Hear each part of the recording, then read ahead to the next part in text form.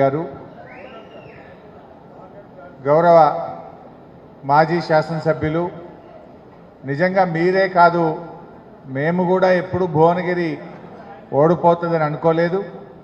But ఓటమి చెందిన మీ అందరి ఆదర అభిమానాలను చూరగొన్నటువంటి పైల శేఖర్ రెడ్డి గారు, గౌరవ జెడ్పీ చైర్మన్ సోదరుడు సందీప్ రెడ్డి గారు, గౌరవనీయులు మిత్రులు జిట్టా బాలకృష్ణారెడ్డి గారు, గౌరవనీయులు సీనియర్ నాయకులు వెంకటేశ్వర రెడ్డి గారు, గౌరవనీయులు పెద్దలు అమరేందర్ గౌడ్ గారు, మరి అదేవిధంగా మా గాదె నరేందర్ రెడ్డి గారు,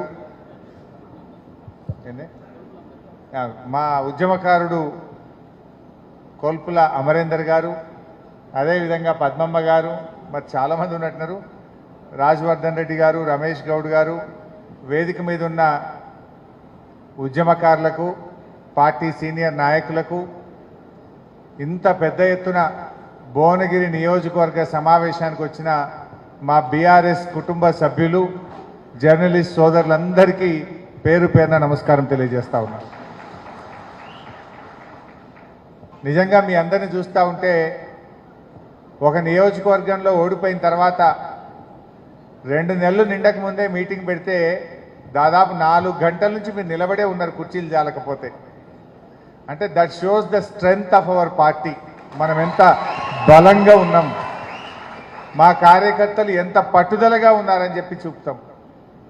ఇన్ని వేల మంది మీరు ఇంత పెద్ద ఎత్తున వచ్చిందంటే మీ పట్టుదల కనబడతా ఉంది. సరే, దురదృష్టం భువనగిరి ఓటమి కానీ మన బీఆర్ఎస్ పార్టీ ఓటమి కానీ జరిగింది. దాని గురించి మనం బాధపడి మాట్లాడుకున్న దానికంటే భవిష్యత్తు కోసం ఆలోచించాల్సినటువంటి అవసరం ఉంది. నిజానికి ఓటమి అనేది శాశ్వతం కాదు, ఓటమి గెలుపుకు నాంది. ఇది ఒక స్పీడ్ బ్రేకర్ లాంటిది. బండి జర స్లో అయితే స్పీడ్ బ్రేకర్ వస్తే దాటంగానే పికప్ అందుకుంటుందా లేదా? తప్పకుండా మనమే అందుకుంటాం. ఇప్పటికే ఇలా కాంగ్రెస్ పార్టీ నాయకులు వాళ్ళ మాటల్ని ప్రజలు గమనిస్తూ ఉన్నారు. ఆనాడు ప్రచారంలో అబద్ధాలు, నేడు పాలనలో అసహనం కనబడతా ఉంది. ఏమైంది? మొన్న మా సందీప్ రెడ్డి గారు ఏమడిగినరు? రైతు బంధు ఇంకా పడలేదు, నాట్లు అయిపోయినాయి, ఎరువు బస్తాలకు కూడా డబ్బులు అందే పరిస్థితి లేదు, గా రైతు బంధు ఎప్పుడు ఇస్తారు అని జెడ్పీ చైర్మన్గా సందీప్ రెడ్డి గారు ఒక బాధ్యతాయుతమైన పదవిలో ఉండి అడిగినాడు. ఆయన ఏం మాట్లాడిండు? ఇవాళ ఆయన మాటలు ఎవరన్నా హర్షిస్తారా? పోలీసులను పెట్టి సందీప్ రెడ్డి గారిని పంపించాల్సిన పరిస్థితి. అంటే అహంకారం, అధికారం ఉందనేటువంటి అహంకారం వాళ్ళలో కనబడతా ఉంది. ఏం మాట్లాడతాడు వెంకటరెడ్డి గారు? BRS party 39 ముక్కలైందంటాడు. రైతు బంధు అడిగినోడిని చెప్పుతో కొట్టమంటాడు. రైతు బంధు ఎప్పుడు వేస్తారంటే నా సందీప్ రెడ్డి గారిని జెడ్పీ చైర్మన్ అని కూడా చూడకుండా పోలీసులను పెట్టి బయటకు పంపించే ప్రయత్నం చేస్తాడు. అంటే అహంకారం కనబడతా ఉంది. ఈ అహంకారాన్ని ప్రజలు ఎప్పుడు కూడా సహించరు. తప్పకుండా ప్రజలు వారికి తగిన గుణపాఠం చెప్తారు. నిజంగా అసలు వెంకటరెడ్డి గారికి ఇవాళ ఈ జిల్లా మీద ప్రేమ ఉంటే ఆయన కేఆర్ఎంబికి ఇవాళ ప్రాజెక్టులు అప్పగించిన దాని మీద స్పందించాలి. ఇవాళ ఏమైంది? ప్రాజెక్టులన్నీ కూడా కేఆర్ఎంబికి అప్పచెప్తే ఏమవుతుంది? రేపు నల్లగొండ జిల్లాకు త్రాగునీరు రాదు, నల్లగొండ జిల్లాకు సాగునీరు రానటువంటి పరిస్థితి వస్తుంది. నీ ప్రాజెక్టే నీ చేతిలో లేకుండా పోతే, రేపు శ్రీశైలంలో జల విద్యుత్ ఉత్పత్తి జరగకపోతే సాగర్కు నీళ్ళు వస్తాయా? సాగర్కు నీళ్లు రాకపోతే నీ ఏఎంఆర్పి ప్రాజెక్ట్ నడుస్తుందా? నీ సాగర్ ఎడమ కాలువకు నీళ్ళు వస్తాయా? రేపు మనకు తాగునీరు దొరుకుతుందా? అసలు దాని మీద స్పందిస్తలేరు. 2021లో నిర్ణయం తీసుకున్న బీఆర్ఎస్ ప్రభుత్వం నాడు కేఆర్ఎంబికి ప్రాజెక్టులు అప్పజెప్పలేదు. కానీ మీరు పైకేమో మేము అప్పజెప్పమన్నారు, లోపలనేమో సంతకాలు పెట్టి వస్తున్నారు. ఇవాళ నిన్న కేఆర్ఎంబికి ప్రాజెక్టులు అప్పజెప్పిందంటే ఇది నల్లగొండ జిల్లా ప్రజలకు తీరని ద్రోహం జరుగుతూ ఉంది ఈరోజు. ఆనాడు వెంకటరెడ్డి గారు మంత్రిగా ఉన్నప్పుడు నల్లగొండను ముంచిండ్రు, పులిచింతలు కట్టి ఆంధ్రాకు నీళ్ళు ఇచ్చే పని చేసిండ్రు. ఇవాళ మీరు జిల్లాలో 2 మంత్రులున్నా మళ్ళీ ఇవాళ ప్రాజెక్టులు కేఆర్ఎంబికి అప్పజెప్తే ఈ జిల్లా ప్రజలకు తీవ్రమైనటువంటి నష్టం జరిగేటువంటి పరిస్థితి ఉన్నది. దాని మీద స్పందించండి, ప్రజల ప్రయోజనాలు కాపాడండి. అధికారం ఉంది కదా అని ఇవాళ పోలీసులను వాడుకొని మా కార్యకర్తల మీద కేసులు పెట్టడమో, మా ప్రజాప్రతినిధులను బెదిరించడమో, మా పార్టీ నాయకులను నీ పార్టీలో చేర్చుకోవడం గొప్పతనం కాదు. ప్రజలు అన్ని విషయాలు కూడా గమనిస్తుంటారు. నాడు అన్ని అబద్ధాలే కదా. ఎలా మీరు కనీసం ప్రభుత్వంలోకి వచ్చినారు, ప్రచారంలో అంటే అబద్ధాలు మాట్లాడితే మాట్లాడిందేమో గెలవాలని, కనీసం పాలనలోనైనా నిజాయితీ చూపించండి, నిజాయితీగా పరిపాలన చేయండి, ప్రజలకు ఇచ్చిన హామీలు అమలు చేయండి. లేదంటే ప్రజలే మీకు తగిన గుణపాఠం చెప్తారని చెప్పి నేను మనవి చేస్తా ఉన్నాను. ఆ రోజు ఏం మాట్లాడినారు, బీజేపీ బీఆర్ఎస్ ఒకటే అని మాట్లాడినారు. వాస్తవానికి బీజేపీని ఓడగొట్టింది ఎవరు? బండి సంజయ్ని ఓడగొట్టింది ఇలా బీఆర్ఎస్ పార్టీ, అరవింద్ని ఓడగొట్టింది బీఆర్ఎస్ పార్టీ, బాబురావును ఓడగొట్టింది బీఆర్ఎస్ పార్టీ, ఈటల రాజేందర్ను ఓడగొట్టింది బీఆర్ఎస్ పార్టీ, రఘునందన్ రావును ఓడగొట్టింది బీఆర్ఎస్ పార్టీ. బీఆర్ఎస్ నిలువరించే శక్తి ఇవాళ బీజేపీని నిలువరించే శక్తి ఇవాళ బీఆర్ఎస్ పార్టీకి మాత్రమే ఉంటుంది. ఇవాళ బీజేపీని ఓడగొట్టగలిగినాం. కానీ కాంగ్రెస్ వాళ్ళు ఒక దుష్ప్రచారం చేసిండ్రు, బీజేపీ బీఆర్ఎస్ ఒకటని. మీరు ఎక్కడైనా ఓడగొట్టిందా? ఇవాళ మీరు ఒకటైంది. అదానిని 10 ఏళ్లలో ఈ రాష్ట్రంలో అడుగు పెట్టకుండా కేసీఆర్ నిలువరిస్తే మీరు 2 నెలలు కాకముందే అదానిని అలమించుకుంటుని ఈ రాష్ట్రంలో పెట్టుబడులు పెట్టిస్తా ఉన్నారు.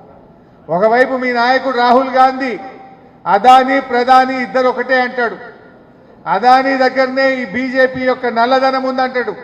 మీరు పోయి అదే అదానితో ఇవాళ అగ్రిమెంట్లు చేసుకొని అలాయి బలాయి చేసుకుంటున్నారు. మరి ఇవాళ ఎవరు ఒకటైతున్నారు? ఆనాడు గవర్నర్ గారు మనం ఇద్దరు ఎమ్మెల్సీలను ఆ రోజు మనం నామినేట్ చేస్తే దాసోజు శ్రవణ్ గారిని, సత్యనారాయణ గారిని ఆ రోజు గవర్నర్ గారేమో ఆమోదించకుండా ఆపుతారు. కానీ అదే గవర్నర్ గారు ఈరోజు 2 ఎమ్మెల్సీలు కాంగ్రెస్ ప్రభుత్వం ఇట్లా పంపుతుందో లేదో తెల్లారి వరకే ఆమోదం తెలుపుతున్నారు. ఇప్పుడు ఎవరు ఒకటైందో ఇవాళ ప్రజలకు అర్థమైతలేదా? అంటే అన్ని అబద్ధాలు, ఒక గోబల్స్ ప్రచారం. అప్పుల విషయంలో గోబల్స్ ప్రచారం, కాళేశ్వరం విషయంలో గోబల్స్ ప్రచారం. ఇవాళ అప్పుల విషయంలో ఏం చెప్పిండ్రు? యాక్చువల్గా రాష్ట్ర ప్రభుత్వానికి ఉన్న అప్పు 3,87,000 కోట్లు. అది కూడా మార్చి 31వ తారీఖు వరకు కలిపి చెప్పిండ్రు. కానీ దాన్ని 7 లక్షల కోట్లుగా ఒక గోబల్స్ ప్రచారం చేసే ప్రయత్నం. వీళ్ళు వచ్చి 2 నెలలు కాలే ఇప్పటికే 15,000 కోట్ల రూపాయల అప్పులు తీసుకొచ్చిండ్రు. అంటే ఈ రకంగా ఒక గోబల్స్ ప్రచారం చేసిండ్రు. కానీ మనం కూడా కార్యకర్తలుగా నేను మీ అందరినీ కోరేది ఒకటే, జరిగింది జాగ్రత్తగా మన అందరం కలిసి పనిచేద్దాం. భవిష్యత్తు 100% మనకే ఉంటుంది. ఇవాళ వాళ్ళ ఎన్నికల మేనిఫెస్టో ఏ ఒక్కటైనా అమలవుతుందా?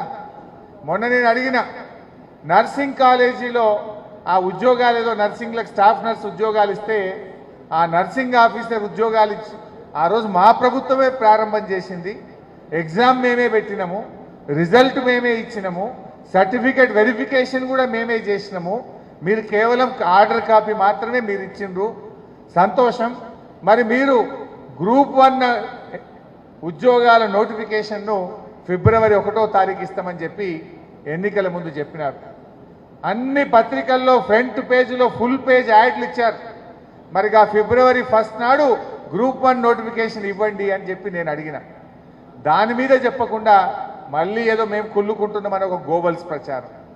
అరే చేసింది చెప్పినాం, నువ్వు ఇచ్చిన మాటని గుర్తు చేసి ఆ నోటిఫికేషన్ ఎప్పుడు ఇస్తావు అని అడిగితే దాని మీద వాళ్ళకి సమాధానం లేదు. ఇలా ఎన్ని అబద్ధాలు ఆడినరో మనందరికీ కూడా తెలుసు. అరే మేము వస్తున్నాం రాగానే మొదటి సంతకమే 2 లక్షల రుణమాఫీ అన్నారు. డిసెంబర్ 9వ తారీఖు నాడు 2 లక్షల రుణమాఫీ చేస్తామన్నారు. ఏమైంది రుణమాఫీ అంటే ముఖం చాటేస్తున్నారు. మేము రాగానే 4,000 పెన్షన్ ఇస్తామన్నారు. మరి ఎందుకు ఇస్తలేరు పెన్షన్? పెన్షన్కు దరఖాస్తు కావాలనా? ఈ రాష్ట్రంలో 44 లక్షల పెన్షన్దారులు ఉన్నారు. 2,000 ఇచ్చే బదులు 4,000 ఇవ్వచ్చు కదా. జోకేందంటే పోయిన నెల పెన్షన్, జనవరి నెల పెన్షన్ ఇగో నిన్న పడుతుంది, ఫిబ్రవరిలో ఇస్తున్నారు. 4,000 మాట దేవుడెరికి కానీ ఆ ఇచ్చే 2,000 టైం మీద ఇస్తలేదు. జనవరి నెల పెన్షన్ ఇప్పుడే నేను తెలుసుకున్న మా సర్పంచ్ని అడిగితే నిన్న ఇవాళ ఫిబ్రవరిలో ఇస్తున్నారు. అంటే పెన్షన్ కూడా వృద్ధులకు, వితంతువులకు, వికలాంగులకు ఇచ్చే పెన్షన్ కూడా మీరు సకాలంలో ఇవ్వలేనటువంటి పరిస్థితి ఇవాళ మీ కాంగ్రెస్ పార్టీ. మీకు నిజంగా ప్రజల మీద ప్రేమ ఉంటే మీరేమన్నారు? డిసెంబర్లో 4,000 పెన్షన్ ఇస్తామన్నారు, వెంటనే ఆ 4000 పెన్షన్ను ఇస్తేనే పార్లమెంట్ ఎన్నికల్లో మీరు ఓటు అడగాలి. దయచేసి కార్యకర్తలు పెన్షన్దారుల దగ్గరికి పోయి మనం చెప్పాలి. 200 ఉన్న పెన్షన్ను 10 అంతలు పెంచి 2000 చేస్తామంటే మన కేసీఆర్ చేసిండు. మీరు డిసెంబర్లో 4000 ఇస్తామని మాట తప్పింది. పార్లమెంట్ ఎన్నికల ముందు 4000 పెన్షన్ ఇవ్వకపోతే మనం కాంగ్రెస్ పార్టీకి తగిన గుణపాఠం చెప్పాలని చెప్పి మీ గ్రామాల్లో మీ వార్డుల్లో ఉండేటువంటి పెన్షన్దారులను అందరినీ కూడా మీరు ఎడ్యుకేట్ చేయాల్సిన అవసరం ఉంది. రైతు బంధు అరే ఇప్పుడు వస్తే 10,000 మేము వస్తే 15,000 అంటుంది. ఏమయ్యా 15,000 దిక్కులేదు, 10,000 దిక్కులేదు. ఈ విషయాన్ని రైతుల్ని మనం చైతన్యపరచాలి. వీళ్ళు మాట తప్పిండ్రు, రుణమాఫీ విషయంలో మాట తప్పిండ్రు, రైతు బంధు విషయంలో మాట తప్పిండ్రు. మళ్ళా మోటార్లు కాలుతున్నాయి, ట్రాన్స్ఫార్మర్లు కాలుడు శురువైందా లేదా? నిన్నయాలు ఊర్లకు పోతే చెప్తున్నారు అన్న మోటార్లు కాలుతున్నాయి, అన్న మళ్ళా కాంగ్రెస్ వచ్చింది ట్రాన్స్ఫార్మర్లు కాలుతున్నాయి అంటున్నారు. 24 గంటల కరెంట్ అన్నారు. సాయంత్రం 5:30కు పోతే ఒక్కొక్క రోజు తెల్లారి వస్తుంది, ఒక్కొక్క నాడు రాత్రి 11 గంటలకు వస్తుంది. 12-14 గంటల కరెంటు కూడా రైతులకు వస్తలేదు. పొద్దున పూట కూడా ఇవాళ 2 గంటల కరెంట్ తీసేస్తుంది. పొద్దున 6కి పోతుంది, 8-9 దాకా కూడా పొద్దున పూట రైతులకు కరెంట్ ఉండలేదు.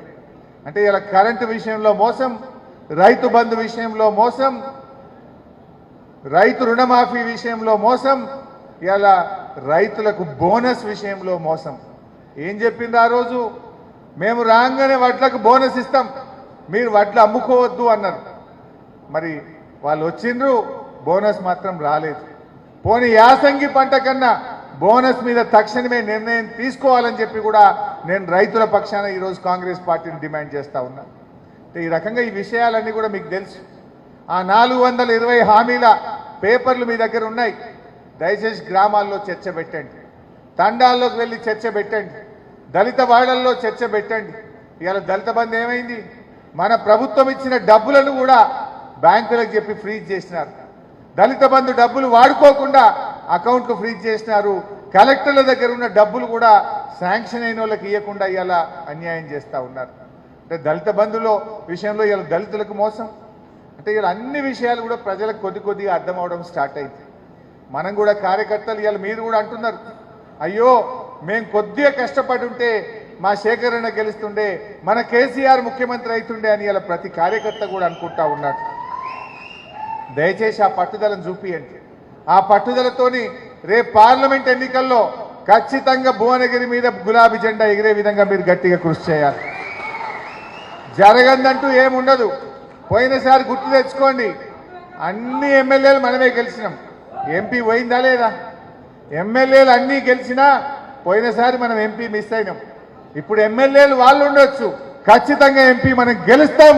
మీరు పట్టుబట్టే గెలిచి తీరుతాం. దానికి మీరు గట్టిగా ప్రయత్నం చేయండి. ఇలా బీజేపీ వాళ్ళు కూడా వాళ్ళు ఇలా అక్షింతలు ఇవ్వచ్చు. తప్పకుండా మనం కూడా రామభక్తులమే, మనం కాదా ఏమి? దేవుణ్ణి తప్పకుండా మనందరం కూడా మొక్తాం.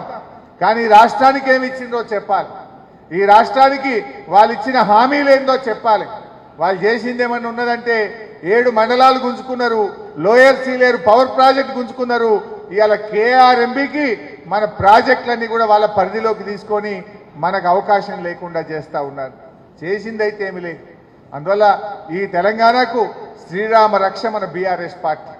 గల్లీలో ఏ గవర్నమెంట్ ఉన్నా, ఢిల్లీలో ఏ గవర్నమెంట్ ఉన్నా బీఆర్ఎస్ ఎంపీలు మాత్రమే తెలంగాణ ప్రయోజనాల కోసం కొట్లాడగలుగుతారు, తెలంగాణ కోసం గొంతు విప్పగలుగుతారు, తెలంగాణ కోసం పోరాటం చేయగలుగుతారు. కాంగ్రెస్ బీజేపీలై వాళ్ళకు పార్టీల కోసం మాట్లాడతారు. వాళ్ళు ఈ దేశంలో ఒకరైతారు, కానీ మన ఎంపీలు అచ్చంగా తెలంగాణ కోసం నిలబడతారు, తెలంగాణ హక్కుల కోసమే పోరాడతారు.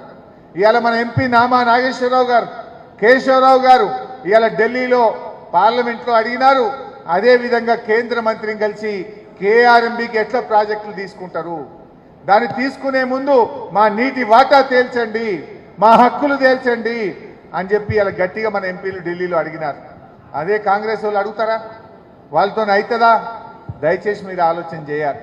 నేను ఇంకెక్కువ విషయాల్లోకి పోను, కానీ రేపు రాబోయే రోజుల్లో రేపు స్థానిక సంస్థల ఎలక్షన్లు వస్తాయి. సర్పంచ్ కానీ, ఎంపీటీసీ కానీ, కౌన్సిలర్ ఎలక్షన్లు వస్తాయి. అప్పుడు కూడా తప్పకుండా పార్టీ మీ వెన్నంటి ఉంటుంది. మిమ్మల్ని గెలిపించుకోవడానికి అన్ని రకాల సహాయ సహకారాలు కూడా అందజేస్తామని మనం చేస్తూ ఉన్నాం. నిజానికి మీ వరకు పెద్ద కష్టం కాదు. కర్ణాటకలో నేను ఎవరో వస్తే నేను మాట్లాడినా. కర్ణాటకలో కాంగ్రెస్ పార్టీ పాస్ అయిపోయిందట. ఆడ 8 నెలలు అయింది కాంగ్రెస్ గవర్నమెంట్ వచ్చి, గ్యారంటీలు అమలు కాలే. ఇలా 28 ఎంపీల్లో కాంగ్రెస్ ఎన్ని గెలుస్తుందంటే 4-5 గెలిస్తే ఎక్కువ అంటున్నారు కర్ణాటకలో. ఎందుకు? 8 నెలలు అయింది, జనానికి కాంగ్రెస్ నిజస్వరూపం బయటపడ్డది. మన దగ్గర కూడా 2 నెలలు అయింది. ఇంకొక 6 నెలలు అయినా ఇంకా గిట్ట పార్లమెంట్ ఎలక్షన్ వస్తేనా మజా ఉంటుండే. కానీ మీ ఎన్నికల వరకు మాత్రం 6 నెలలు అవుతుంది. ఎట్లా? మీరు ఎంపీటీసీ కౌన్సిలర్లు నిలే వరకు కాంగ్రెస్ వాళ్ళు ఊళ్ళలో తిరుగుడే కష్టమవుతుంది. వాళ్ళ హామీలు నిలబెట్టుకోకలేరు వాళ్ళు. ఆ హామీలు అమలు కాకపోతే తప్పకుండా ప్రజలు మిమ్మల్ని అందరినీ గుర్తుపట్టి పిలిచి బీఆర్ఎస్ పార్టీ నాయకులను గెలిపించుకునేటువంటి పరిస్థితి ఉంటుంది. భవిష్యత్తు మనకే ఉంటుంది. అందువల్ల మనము ధైర్యంగా ఉందాం. ఎవరికైనా ఏదైనా ఇబ్బంది వచ్చినా, అక్రమంగా కేసులు పెట్టినా, కార్యకర్తల్ని వేధించినా జగదీష్ అన్నకో శేఖర్ అన్నకో మీ జిల్లా అధ్యక్షుల వారికి చెప్పండి. ఆ పార్టీ అన్ని రకాలుగా మీకు అండదండగా ఉంటుంది. అవసరమైతే మేమే అందరం మీ దగ్గరికి వచ్చైనా మిమ్మల్ని కాపాడుకుంటాం, మీకు రక్షణగా నిలబడతాం. భయపడాల్సిన అవసరం లేదు. భవిష్యత్తు ఖచ్చితంగా మనకే ఉంటుంది. ఇది ఒక తాత్కాలికమైనటువంటి ఒక విరామం లాంటిదే. ధైర్యంగా పోదాం. మనం అధికార పక్షమైనా ప్రతిపక్షమైనా మనం ప్రజల పక్షాన్నే ఉందాం. అధికారంలో ఉంటే ఆ రోజు ప్రజలకు ఏం కావాలో చేసినాం. ఇవాళ ప్రతిపక్షంలో ఉంటే ప్రజలకు పక్షాన కాంగ్రెస్ ఇచ్చిన హామీలు అమలు చేసే విధంగా అటు అసెంబ్లీలో కొట్లాడదాం, ఇటు ప్రజాక్షేత్రంలో కూడా పోరాటం చేద్దాం. ఎప్పుడైనా మనం ప్రజల్ని వదిలిపెట్టేది లేదు. తెలంగాణ హక్కుల కోసం, తెలంగాణ ప్రయోజనాల కోసం, తెలంగాణ ప్రజల కోసం నిరంతరం మన పోరాటం మాత్రం కొనసాగాల్సిందే. మన పార్టీయే తెలంగాణ ప్రజల కోసం, ఈ రాష్ట్ర బాగోగుల కోసం పుట్టినటువంటి పార్టీ. అందువల్ల అధికార పక్షమైన ప్రతిపక్షమైన మన బాధ్యత మాత్రం ప్రజల పక్షమే. ప్రజల పక్షాన్నే పోరాటం చేద్దాం, కలిసి ముందుకు పోదాం. పార్టీ ఇచ్చే కార్యక్రమాలను జాగ్రత్తగా మీరు ఎప్పటికప్పుడు కూడా ముందుకు తీసుకొని పోవాలని ప్రజల్లో చర్చ పెట్టండి. పెద్ద పెద్ద మీటింగ్లు అవసరం లేదు. ఇలా కాంగ్రెస్ వ్యవహార శైలి కానీ, మాట తప్పిన తీరును కానీ వాళ్ళ మేనిఫెస్టోలో చెప్పి అమలు చేయకపోయేదాన్ని ఎక్కడికక్కడ గ్రామాల్లో చర్చ పెట్టండి. కరెంటు విషయంలో ఏమైతుంది, నీళ్ల విషయంలో ఏమైతుంది, అన్ని విషయాలను కూడా ప్రజల్లో మీ రచ్చబండ దగ్గర చర్చ పెట్టండి. రైతా